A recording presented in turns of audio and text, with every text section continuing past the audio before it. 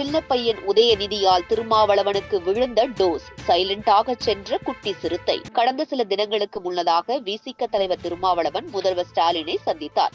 அப்போது முன் இருக்கையின் பக்கத்தில் திருமாவளவனும் ஒரு இருக்கையை விட்டு துணை முதல்வர் உதயநிதி ஸ்டாலின் அமர்ந்திருந்தது தொடர்பான புகைப்படம் வெளியான போது இதுதான் திமுகவின் சமூக நீதியா என்ற கேள்வியை நெட்டிசன்கள் எழுப்பி வந்தனர். இதனையடுத்து உடனடியாக உதயநிதியை சந்தித்து நெருக்கமாக இருப்பது போன்ற புகைப்படம் ஒன்றை வெளியிட்டிருந்தார்.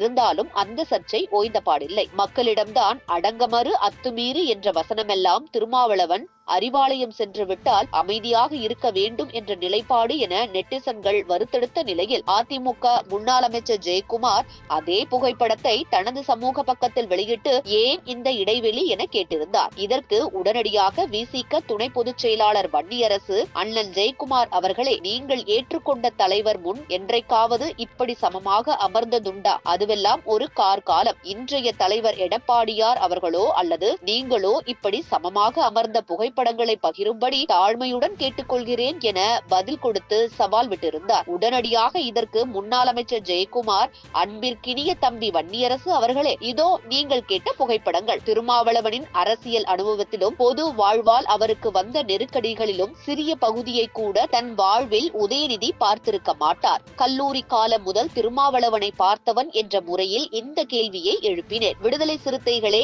விரும்பாத செயல்களை தொடர்ந்து அரங்கேற்றி வரும் திமுக அரசை நோக்கி உங்கள் கேள்வியை எழுப்புங்கள். அதைத்தான் உங்கள் தொண்டர்களும் விரும்புவார்கள். மாறாக உதயநிதி போன்ற மன்னர் பரம்பரையின் வாரிசிற்காக எங்களை நோக்கி வசைபாட வேண்டாம் என்று வன்னியரசுக்கு பாடம் புகட்டியிருக்கிறார். இதனைத் தொடர்ந்து அப்படியே சைலண்டான வன்னியரசு பதிலுக்கு ஏதும் பேச முடியாமல் இருந்துள்ளார். ஆனால் நிதர்சனமான உண்மை, திருமாவளவன் பொதுவெளியில் இருப்பது போல திமுகவிடம் அதே முகத்தை வெளிக்கொண்டு வருவதில்லை. தலைவனின் செயல்பாட்டை வெளிக்கொண்டு வந்தால் நீங்கள் மேன்மேலும் தரம் தாழ்ந்து செல்ல வேண்டாம்.